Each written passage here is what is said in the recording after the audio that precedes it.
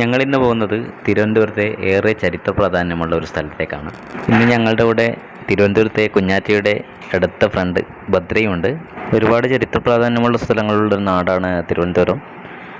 അതായത് അതിലൊന്നാണിത് കനകക്കുന്ന് കൊട്ടാരം. ഏകദേശം 52 ഏക്കറോളം വരുന്ന ഈ സ്ഥലം തിരുവിതാംകൂർ രാജാവായിരുന്ന ശ്രീമൂലം തിരുനാൾ 1885-നും 1924-നും ഇടയിൽ പണികഴിപ്പിച്ചതാണ്. ചുറ്റും ഒരുപാട് തണൽ മരങ്ങളുള്ളതുകൊണ്ട് എല്ലാ സമയത്തും ഇവിടെ സഞ്ചാരികളുടെ തിരക്ക് തന്നെയാണ്. ഇതിൻ്റെ ഉള്ളിൽ തന്നെ ഒരു ചായക്കടയുണ്ട്. ഏതായാലും ഞങ്ങളൊരു ചായയൊക്കെ കഴിച്ചിട്ടാണ് ബാക്കി കാഴ്ചകൾ കണ്ടത്. തിരുവിതാംകൂർ കൊട്ടാരത്തിലേക്ക് വരുന്ന ഗസ്റ്റുകൾക്ക് താമസിക്കാനാണ് ഇത് പ്രധാനമായും പണികഴിപ്പിച്ചത്. അതുകൊണ്ട് തന്നെ ഈ കൊട്ടാരത്തിൽ ഭക്ഷണത്തിൽ നോൺ വെജ് വിളമ്പിയിരുന്നു എന്ന് പറയപ്പെടുന്നു. തിരുവിതാംകൂർ കൊട്ടാരത്തിൻ്റെ ഭാഗമായാലും ഈ കൊട്ടാരം ഇപ്പോൾ കേരള ഗവൺമെൻറ് കീഴിലാണ്.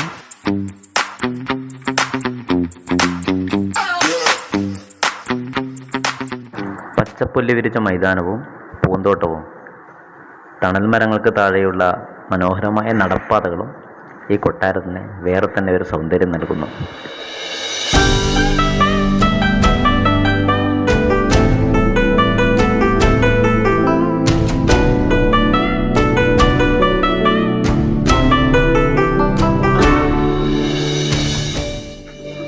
വിശാലമായ മുറ്റമുള്ളതുകൊണ്ട് കുഞ്ഞാറ്റിയെന്നും ഒരു നിമിഷം പോലും അടങ്ങിയിരുന്നില്ല.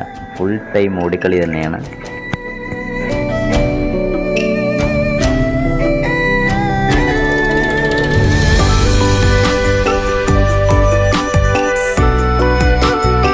ഒരുപാട് പ്രോഗ്രാമുകൾ നടക്കുന്ന നിശാഗന്ധി ഓഡിറ്റോറിയം ഈ കൊട്ടാരത്തിലാണ്.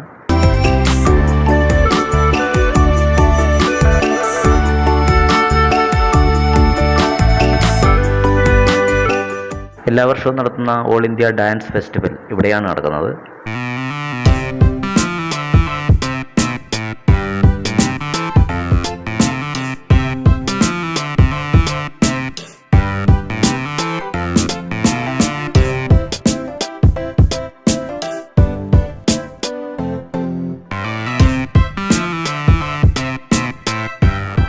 ഇനി അടുത്ത കാഴ്ചകളും വിശേഷങ്ങളുമായി അടുത്ത വീഡിയോയിൽ വരാം. അതുവരെ ഗുഡ് ബൈ.